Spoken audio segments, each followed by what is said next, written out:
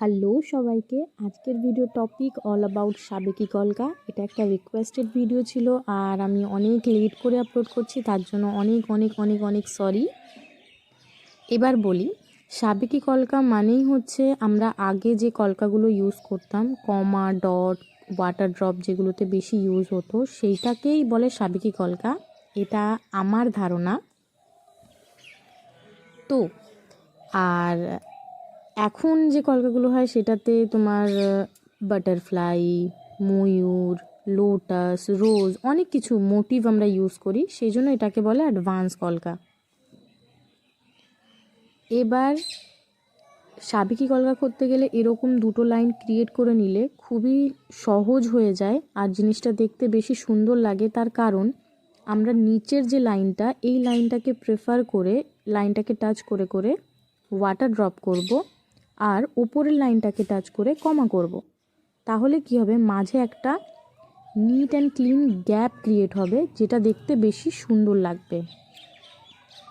কিন্তু যদি আমরা একটা লাইন ক্রিয়েট করে সেটার সঙ্গে টাচ করে উপরে কমা নিচে ওয়াটার ড্রপ দিই, তাহলে সেক্ষেত্রে জিনিসটা দেখতে মানে হজরলব হয়ে যাবে, ঘেটে যাবে, জিনিসটা নিট অ্যান্ড ক্লিন লাগবে না। এতক্ষণ ধরে যে ওয়াটার ড্রপ ব্যাপারটা বলছিলাম সেটা এটাকে 2-3 রকমভাবে করা যায়। কমাটা একবার প্রেস করেও করা যায়, কমা না, ওয়াটার ড্রপটাকে একবার প্রেস করেও করা যায়, আবার এরকমভাবে হালকা করে ড্র করে।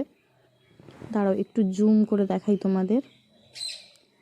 তো এই ভিডিওতে অতটা ভালো বোঝাতে পারছি না আমি, এটাকে আমি নেক্সট ভিডিওতে এই ওয়াটার ড্রপটার ব্যাপারটা, আর অনেকে আমাকে রিকোয়েস্ট করেছো ওয়ান স্ট্রোকে পাতা করা যায় না, সেই ব্যাপারটা নিয়ে একদম বড় বড় করে ড্র করব, যাতে জিনিসটা তোমাদেরকে আমি বোঝাতে পারি।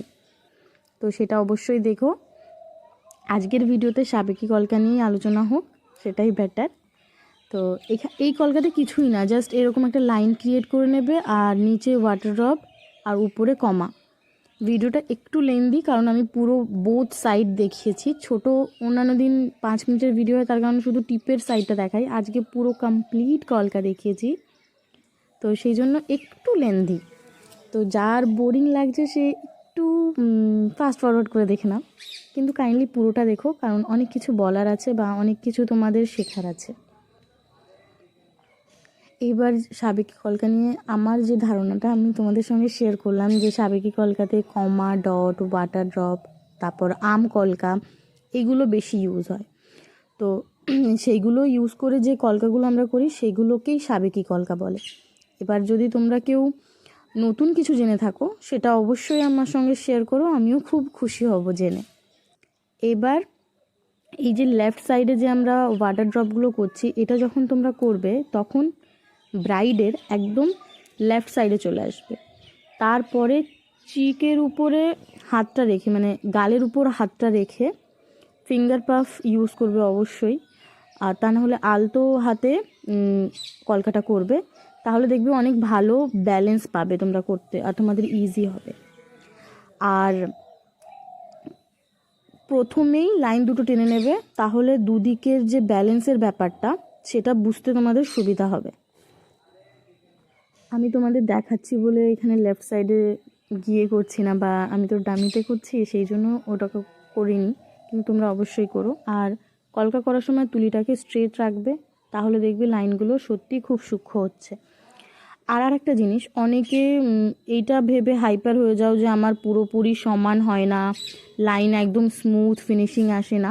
তো তাদেরকে বলে রাখি, আমারও কিন্তু কখনো একদম ইকুয়াল হয় না বা সমান হয় না। দেখো, সমান জিনিসটা কখন হয়, যখন সেটা, আমি এটা বলছি না হাতে করা সম্ভব না, অবশ্যই সম্ভব। এখানে দেখো আমার একটা কমা ঘেটে গেছে, তো এটাকে আমি পরে কীভাবে ম্যানেজ করব সেটাও তোমাদের সঙ্গে শেয়ার করব। আর যেটা বলছিলাম, কলকা মানেই হাতে করছো, আর একটু 19-20 হলে আমার মনে হয় সেটাই বেশি ভালো লাগবে, কারণ এটা তোমার হাতের কাজ, সেটাই তার প্রমাণ।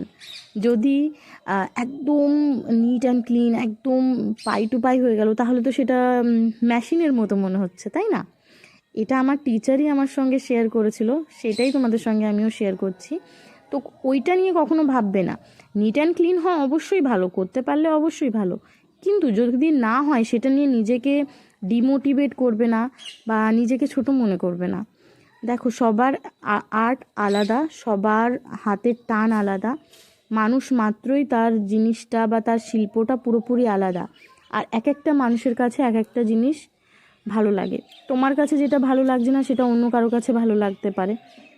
তো এইটা নিয়ে কখনোই নিজেকে ছোট মনে করবে না যে আমার জিনিসটা ভালো না। কারণ একটা জিনিস সবসময় মাথায় রাখবে, নিজের জিনিসকে যদি তুমি নিজের শিল্পকে তোমরা যদি নিজেই ভালো না বাসতে পারো, তাহলে তোমরা অন্যের কাছ থেকে কী করে ভালোবাসাটা পাবে? ভালোবেসে করো, দেখবে কেউ না কেউ সেটাকে ঠিক মূল্য দেবে। কারণ সবার কাছে দৃষ্টিভঙ্গি সমান হয় না, আর সবার দেখার ধরন বা ভালো লাগার ধরন আলাদা হয়। তো চেষ্টা করো, প্র্যাকটিস করো, অবশ্যই ভালো হবে। কলকা যখন করবে তখন তুলিটাকে স্ট্রেটভাবে ধরবে, লাইন এমনিই দেখবে সূক্ষ্ম হবে। সবসময় কলকার সময় তুলিতে কালারের পরিমাণটা খুবই কম রাখবে।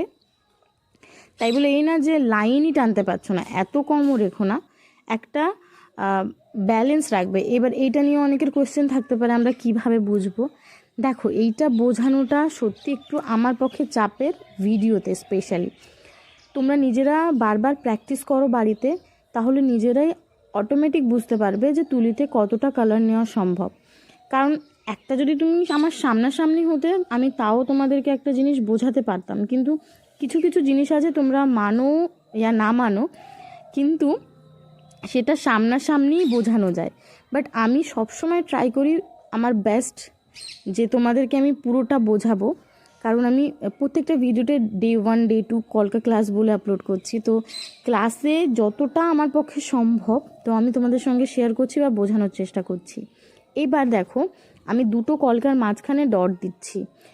এই ডটটা দেওয়ার মেন কারণ হচ্ছে, আমার প্রথমে দেখেছিলে যে আমি বললাম যে আমার এখানে কমাটা একটুখানি ঘেটে গেছে, তো ওই জায়গাটা মেকআপ দেওয়ার জন্য আমি কিন্তু এখানে ডটটা করেছি। এবার এখানে আমি ডট করেছি বলে যে তোমাদেরও কোথাও ঘেটে গেলে তোমরা ডটই দেবে, এরকম কিন্তু কোনো ব্যাপার নেই। আর আমি কমার উপরে মাঝে মাঝে যে গ্যাপটা হয়েছিল বা ভি শেপ ক্রিয়েট হয়েছিল, সেখানে ছোট ছোট ডট দিয়েছি। একটা ডট বড় দেবে, একটা ডট ছোট দেবে। যদি পরপর একই রোতে একই লাইনে ডট ইউজ করো, তাহলে ছোট বড় দিলে একটা ইলিউশন ক্রিয়েট হয়, যেটা দেখতে সুন্দর লাগে।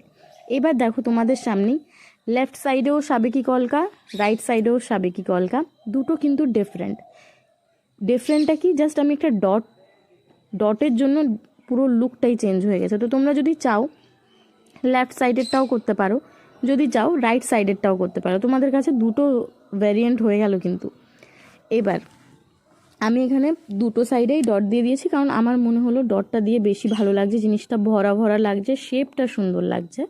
সেক্ষেত্রে আমি এখানে কলকাটাকে আইব্রোর অনেকটা নিচে এনে করেছি, মানে একটু লেন্দি করেছি, কার্ভটা করেছি। তোমরা যদি চাও একদম আইব্রোর এন্ডিংয়েও এন্ড করে দিতে পারো।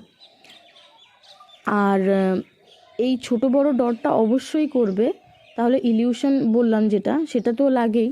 প্লাস যদি তুমি একই সাইজের ডট করো না, তাহলে মনে হয় যেন বেশি কিছু ক্যারামতি দেখায়নি কলকাতে, ডট দিয়েই রেখে দিয়েছে। তো সেই জন্য আর ছোট বড় ডট করার কারণ হচ্ছে, কারণ আমাদের কমা যেটা আমরা করেছি ওটাতেও ডট আছে, তো কমার ডট প্লাস আবার এরকম উপর নিচে ডট দিচ্ছি। তো যদি তিনটেই সমান সাইজ হয়ে যায় না, জিনিসটা দেখতে সুন্দর লাগবে না। আশা করি আমি তোমাদেরকে বোঝাতে পেরেছি। আর এতক্ষণ ধরে যারা আমার বকবক শুনছিল তাদেরকে অসংখ্য ধন্যবাদ। এই হচ্ছে ফাইনাল লুক। তোমরা অবশ্যই কমেন্ট বক্সে জানিও তোমাদের কেমন লাগলো Kolkata, and please like, share and subscribe my channel. আর থ্যাংকস ফর ওয়াচিং।